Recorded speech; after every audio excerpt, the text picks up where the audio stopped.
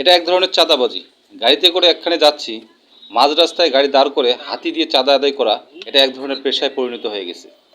হ্যাঁ, মানলাম মানুষ বিনোদন পায়, কিন্তু তাই বলে এইভাবে গাড়ি আটক করে চাঁদা আদায় করা এটা কোনোভাবেই মেনে নেওয়া যায় না। আপনাদের এই বিষয়টা কার কেমন লাগে জানি না।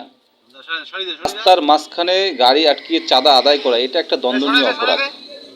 50 টাকা দিলে তারা নেয় না, 100 টাকা দিতে হবে তাদেরকে। গাড়ির ভিতরে বাচ্চারা ছিল, কিন্তু বাচ্চারা বিনোদনের থেকে ভয়ে ছিল বেশি। দেখুন তার স্বভাবটা কেমন। 50 টাকা দিচ্ছে কিন্তু নিচ্ছে না, 50 টাকা দিচ্ছে যে ওই 50 টাকা ফেলাই দিচ্ছে। মানে এত শিকারী হাতি আমি আমার জন্মে দেখিনি।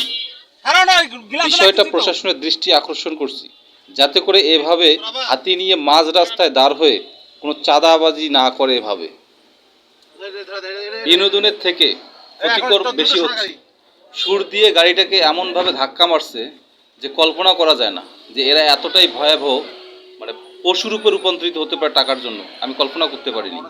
ঘটনাটি আমাদের সঙ্গে ঘটলো রাজারহাট যাওয়ার পথে, যে রাস্তাটি আছে বাইপাস, ওই রাস্তাতে।